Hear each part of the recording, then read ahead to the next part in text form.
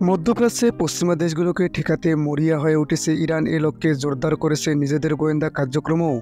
এর মধ্যেই ছদ্মবেশে ইউরোপের বিভিন্ন স্থানে ইরানি গোয়েন্দারা ঢুকে পড়েছে বলে এক চাঞ্চল্যকর তথ্য প্রকাশ পেয়েছে। যদিও গোয়েন্দা ভিত্তিতে তেহরানে বড় কোনো সাফল্যের নজির এখনও দেখা যায়নি, তবে এ ঘটনা সত্য হলে বেশ বড় ধাক্কা খেতে চলেছে পশ্চিমা দেশগুলো। এমন পরিস্থিতিতে ঠিক কী পদক্ষেপ নেবে ইউরোপীয় দেশগুলো, তাই এখন দেখার অপেক্ষা। লন্ডন ভিত্তিক ফার্সি সংবাদ মাধ্যম ইরান ইন্টারন্যাশনালের এক প্রতিবেদনে বলা হয়, পরিচয় গোপন করে ইরানের ইসলামী বিপ্লবী গার্ডের সদস্যরা ইউরোপের বিভিন্ন বন্দরে প্রবেশ করেছে। তারা নাবিক হিসেবে ইরানের পরিবহন জাহাজ ও তেল কার্গোগুলোতে উঠেছে বলে জানা যায়।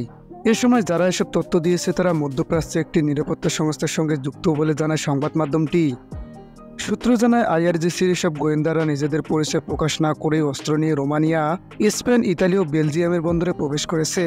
নিষেধাজ্ঞা উপেক্ষা করে ইউরোপে গুপ্তচর বৃত্তি এবং বিভিন্ন তথ্য সংগ্রহ করতেই তারা এসব দেশে প্রবেশ করেছে বলে জানা যায়। এর আগে বিভিন্ন সময় ইউরোপীয় ইউনিয়ন ইরানের এলিট বাহিনীর বিভিন্ন পর্যায়ে কর্মকর্তাদের বিরুদ্ধে নিষেধাজ্ঞা আরোপ করেছিল।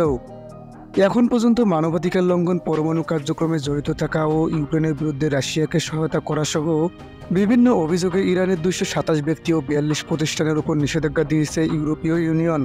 চলতি বছরের মে মাসে রুশ বাহিনী ও মধ্যপ্রাচ্যে বিভিন্ন শস্য গোষ্ঠীকে ইরানের তৈরি ক্ষেপণাস্ত্র এবং ড্রোন সরবরাহ, বিক্রয় বা স্থানান্তরের সঙ্গে জড়িত ব্যক্তি এবং সংস্থাগুলোর উপর নতুন নিষেধাজ্ঞা আরোপ করেছে।